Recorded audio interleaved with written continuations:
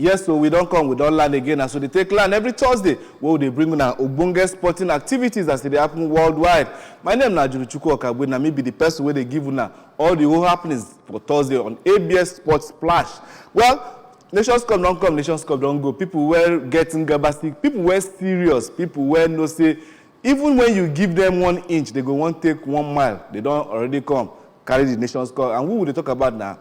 The country where hosts the Nations Cup. That's Cote d'Ivoire. We'll go talk 1 or 2 things about the Nations Cup. Fallout, actually, about the Nations Cup as they don't come, as they don't go. But quickly, we just start with the Champions League, where don't resume for the knockout stages. Wow. Champions and then the Oga Kwata for Champions League. They've been there in actions on Tuesday and Wednesday. Wait till they talk about defending champions, Man City. This one a team we don't go 12 straight wins on all competitions. Most people don't they just say now that January, February, 9 Man City, they always a shift gear to know say, oh boy, what did they do last time? They want to see whether they go still do them again because as the day they still there for these 3 competitions. Then they second for league and then they Champions League. Don't go FC Copenhagen, go knock them 3-1 for away. And then they even there in the running for FA Cup because this guy, bless says, Pep Guardiola won't do double, triple this time around. But then, we could get to see because the only person who will know when don't do double, triple now is Usain Bolt for track and field. But then, we could never go in there because we get plenty talk for now this morning.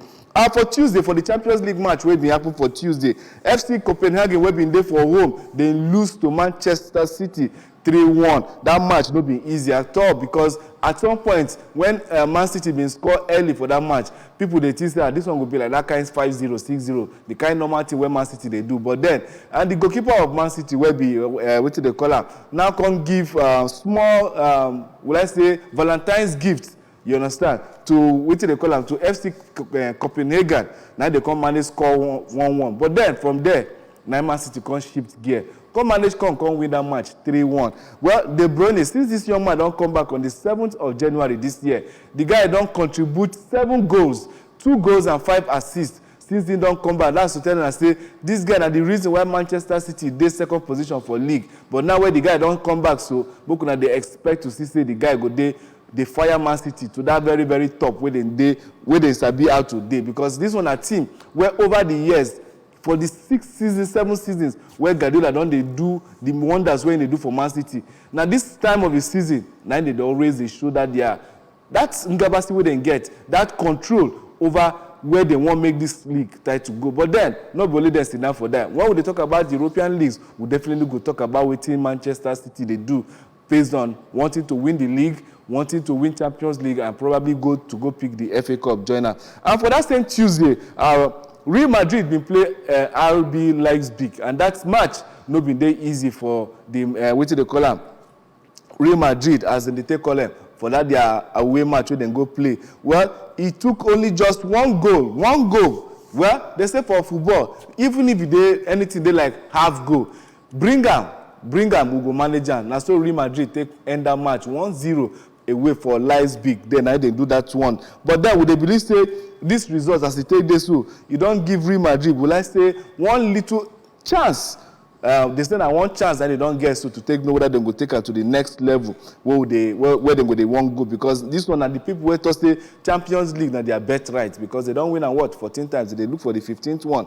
But then now when they go play the return leg we go get to see what thing go happen. And then the next match we will get for now for that Champions League. This one are the one will happen on Wednesday. For Rome, the eternal city of Rome. Now this one happen. And then that one are between Lazio and Bayern Munich. Bayern Munich, I don't really understand what they happen to Bayern Munich. Some people they talk say whether now this what they call him Harry Kane. Say Harry Kane don't carry this in bad luck where he carry from what they call him from Tottenham carry come here. Even the first match where he play where we say Bayern supposed to even win some trophy for that their Super Cup season opener. Harry Kane play match finish Bayern lose that match. Now they don't come up for German Cup. Now Champions League don't they shake. What they call him Bayern Leverkusen now in they leave for the league with 5 points over them. We will talk about that one when we will talk about the European leagues. But then for this match, Harry Kane no even make even 1 shot on target. Well, people they wonder say whether the firing boots. This one a person will say the first 26 matches where he play for Bayern Munich, he scored 22 goals. He scored 12 goals rather.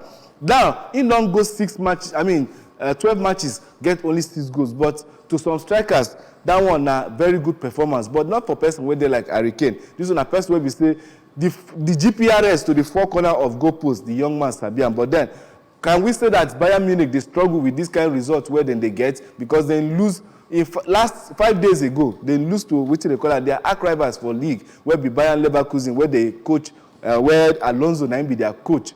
That match, don't they make Tuchel, they feel say, Kai, oh boy, as the team, the way things they go for Bayern Munich, so you sure say this will not go come give me the sack where I know they expect.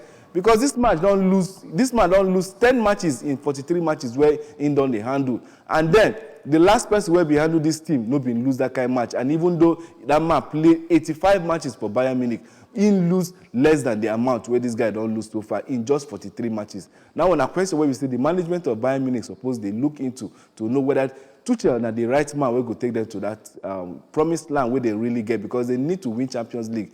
Not be that one where they win for COVID, because they feel say that one not be better Champions League. So they won't win competitive Champions League, and they feel say they get the squad to do it. But now, as a result, they come up for league matches, and even for Champions League, with this one where they don't lose to what they call them, to Lazio for Rome. So, quick. Now they hear. But we believe say Bayern Munich na team where fit turn around, even 2-0 deficit. They get the mentality, they get the experience, and I believe so they get the squad where go fit do the same thing. Now, so this thing suppose they be for when we talk about people where get the understanding to know as they go take the win, waiting and they play for.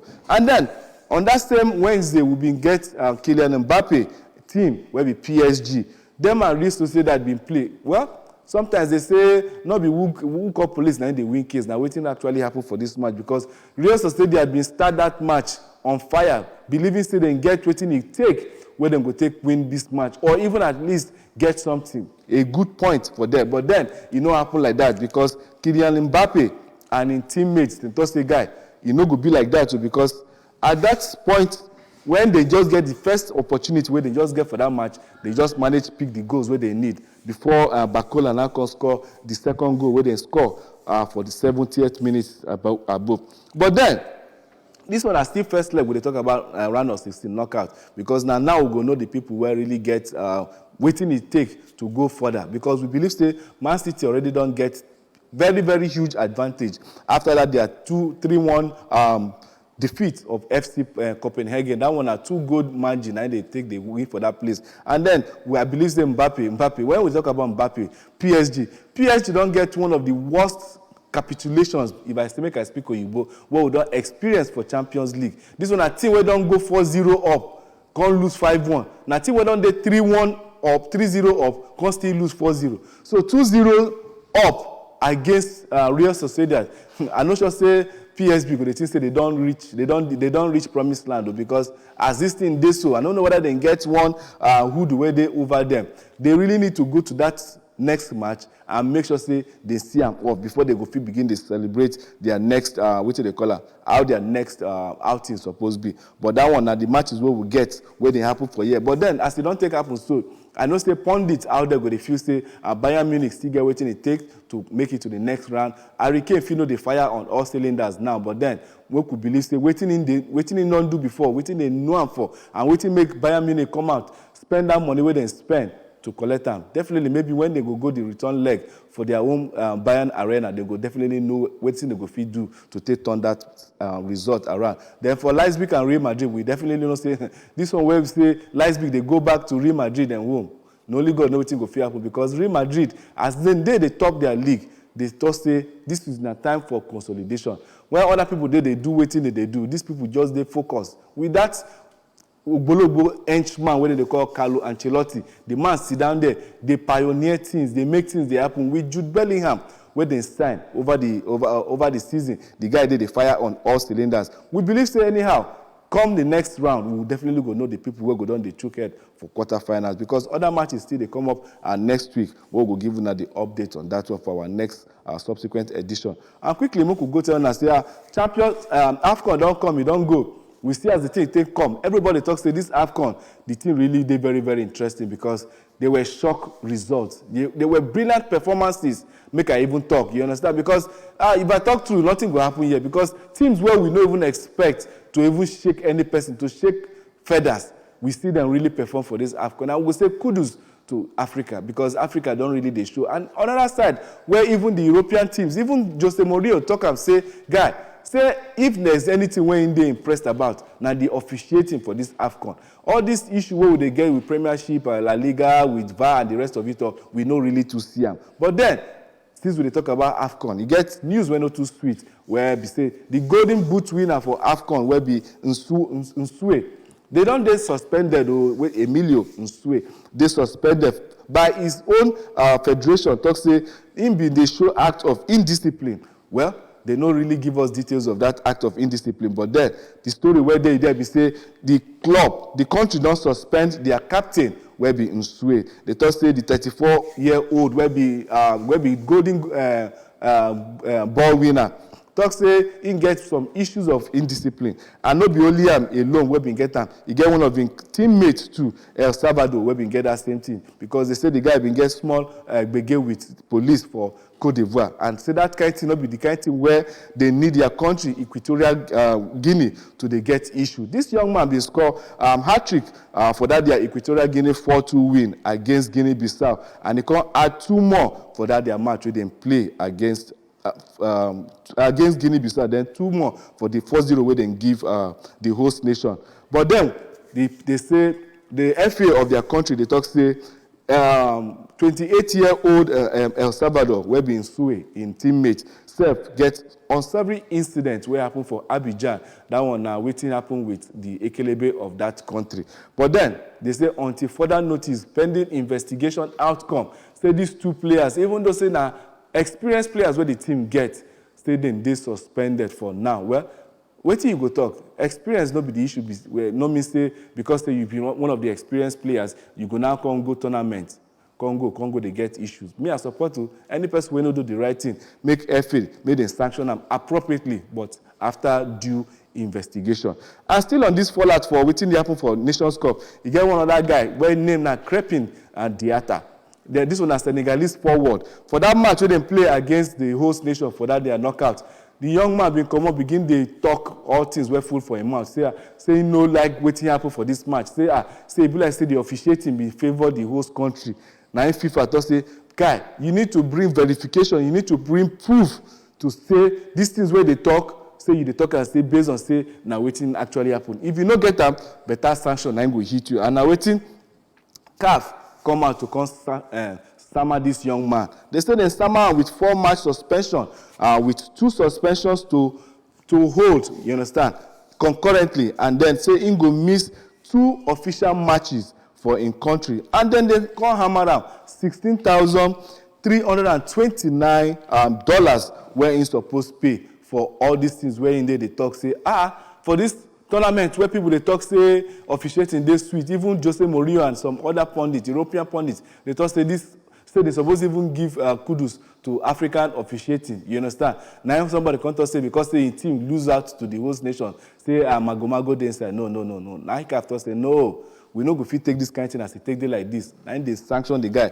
make him go pay this 16,000 naira, make him collect that money where they take chop for Monaco, for in club side where they play. Make him take and go settle this whole thing. And quickly, we will just enter into European fixtures where we'll get for now because enough don't they happen. Most European leagues don't they take shape. We don't they know the difference between when you put water and salt inside this thing.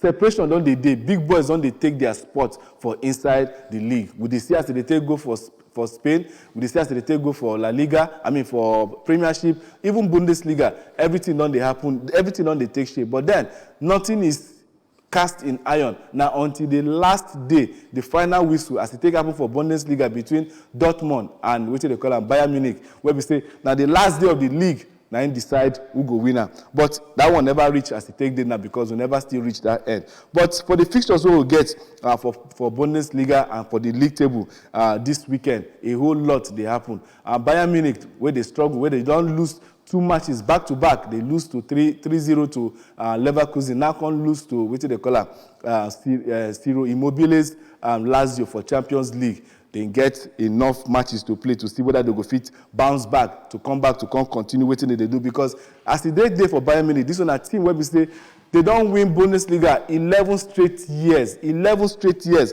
But if I say this year, as it happen so, except say miracle go happen for that their side, nothing fit show for that their place. But we just go give now up standings as it take day for that league to tell them say things no they go rosy for them. But then we go see as it go be. For that league, now Bayern Leverkusen, now in the lead. They don't play 24 matches and now then they on top for there. And then we get what do they call them? Bayern Munich, where they down second position for that place there.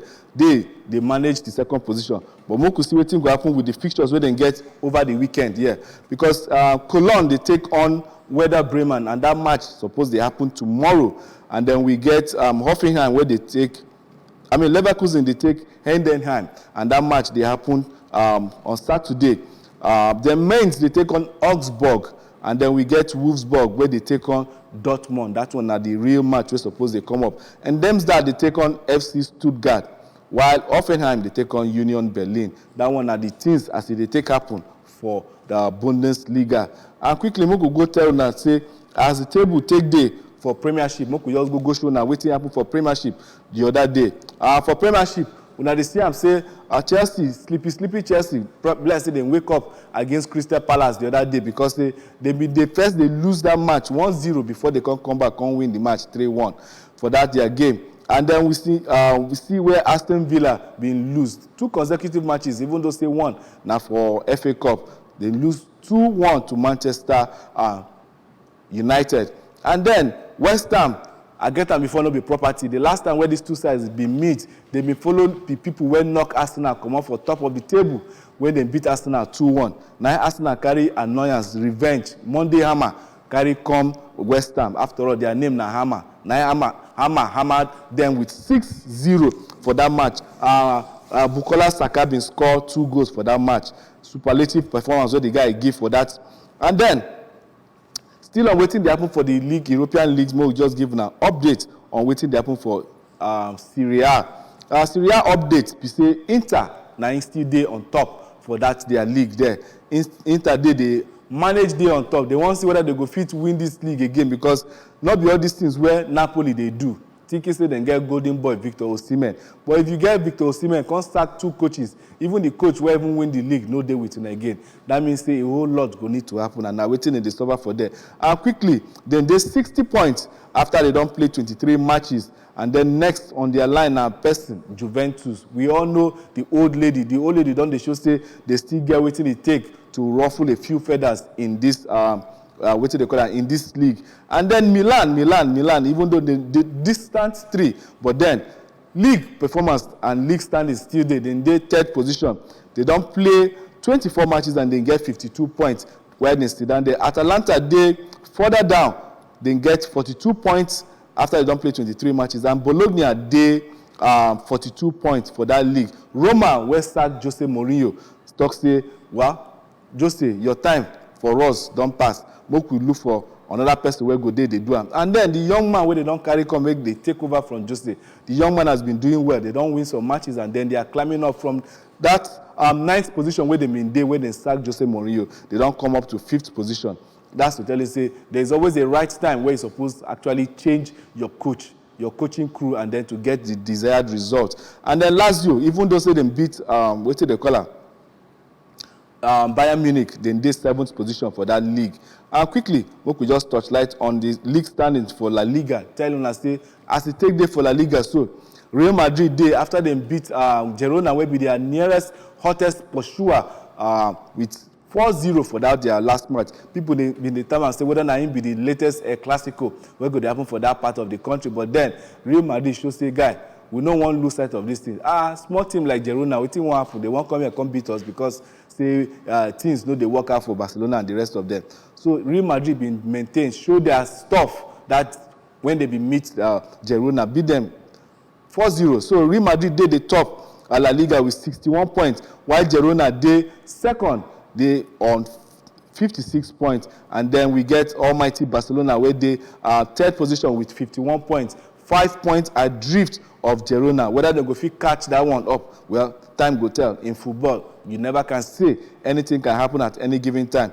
Then Atletico Madrid, Diego Simeone's side, Pack Your Bus people, then they 4th position, and then they 48 points for that league table. And Athletic Club, they 5th position on 46 points, and then we get Real Betis, where the club where Manuel Pellegrini they handle, then they 6th position with 38 points, and then the last for the European slot now Real Sociedad, where they 7th position with 37 points.